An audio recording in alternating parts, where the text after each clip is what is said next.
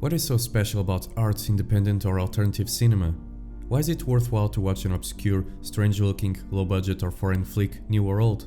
And why should one pick such a film if there are countless other accomplished big studio productions and grandiose blockbusters with a list of huge stars or a professional ensemble cast premiering each week? Seems like a fairly easy choice to take at the ticket counter or while browsing a TV or online film service, but think again, for in that decision lies one fundamental misconception. They do not pretend to offer the same thing, nor do they have the same goals. Art cinema grants many things which are frequently absent and are evidently unattainable in most commercially oriented films. This is the first of a series of videos dedicated to alternative filmmaking efforts, which will aim to persuade viewers to try something new, by making them consciously aware of the qualities and advantages of a kind of parallel cinema that is freed from monetary obligations, ideological constraints, or form rules.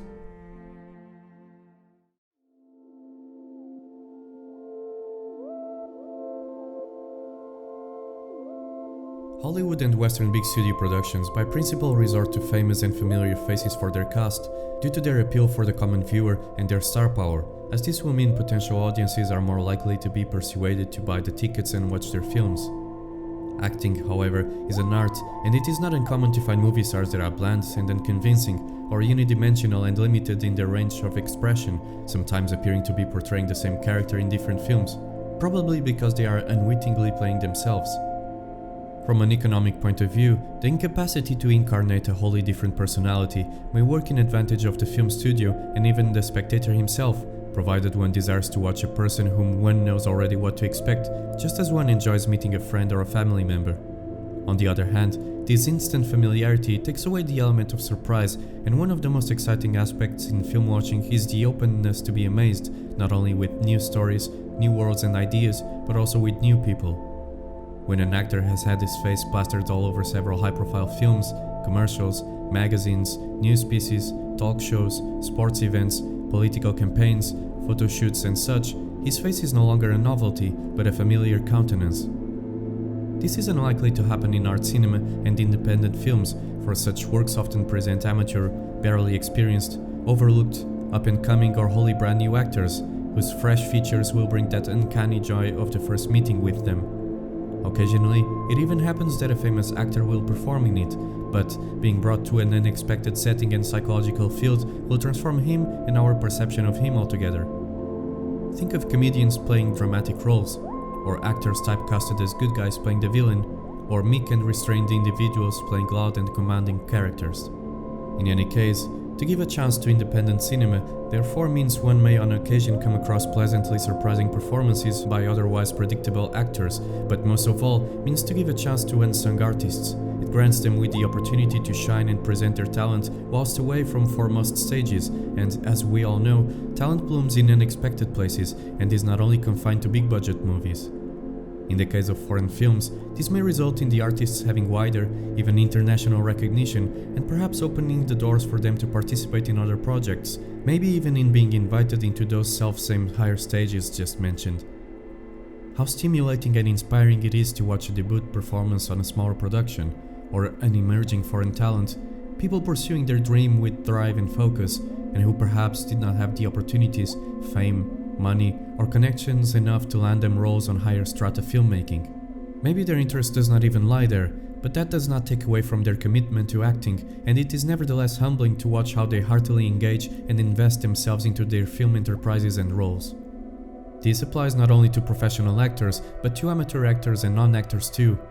Rest your eyes for a moment on people who have never dealt with representation of any sort, without any connection to cinema territory, and without having ever considered in their lives to tread such a path. Witness their ephemeral, yet nevertheless bewildering and unpretentious feats in the art of representation and the awards they sometimes get, whilst competing against professional artists and actors who have studied, had education, formation, preparation, that possess invaluable experience and are astoundingly ultimately outshone by these humble and unassuming regular people like us. And how many now established names have been discovered in remarkable independent works? Also, by acquainting oneself with actors and artists from other countries, one acquires a better understanding of not only world cinema, but of foreign culture in a broader sense by extension, for one then observes different performance styles and character depictions, contemporary and from other periods. Learning of icons and stars from countries outside the habitual Anglophone sphere only enriches the perception of the viewer when it comes to the history of cinema, and naturally there are extremely valuable acting legacies in plenty other nations. They tell stories which may seem far from our everyday experience sometimes, but which nevertheless transmit a sense of kin by the nature of their actions and thoughts, notwithstanding the differing language they use. Moreover, what also strikes about actors in art cinema is their proximity to us, as opposed to the untouchable, unreachable, rich, beautiful, famous artists. These are everyday people who follow their passion or were curious or enticed by the challenge of the roles they've taken, but which are not perfect. They do not resemble the seemingly classically sculpted bodies and faces of the Hollywood cast. Indeed, they may not have pearly white, immaculate, neatly ordered teeth, nor a large capillary density supporting stylish, spotless, fashionable haircuts. They may not own big, bulging, oily muscles that seem to stretch the seams of their tight t-shirts, or hearty, luscious curves made conspicuous by their swimwear or revealing outfits. These people may be cross-eyed, bald, fat, old, lame, bony, hunchbacked. They may even have crooked noses, limps, scars, moles, birthmarks, or look terribly unseemly or unattractive by modern social media standards. In other words, these people are real. They do not correspond to the ideals of beauty of the upper echelons of the film industry, but in their mundane appearance and unspectacular aesthetic, they come across as more believable, closer to us, easier to identify and associate with.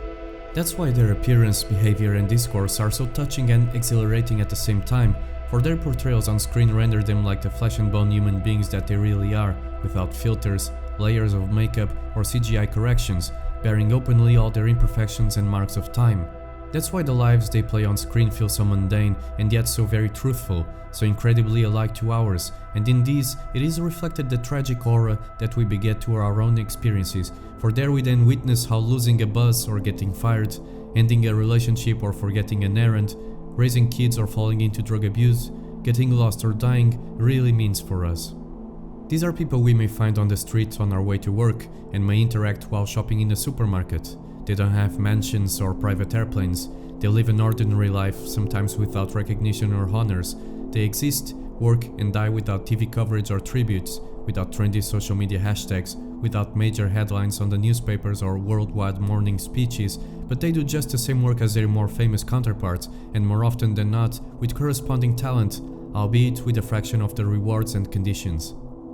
The next time you ponder about watching a multi-million-dollar blockbuster or the most recent entry on a huge corporate media franchise, think about these people and about what they can offer to you in return if you give them an hour and a half of your life to them. Maybe you will be surprised. Thank you for listening and see you next time.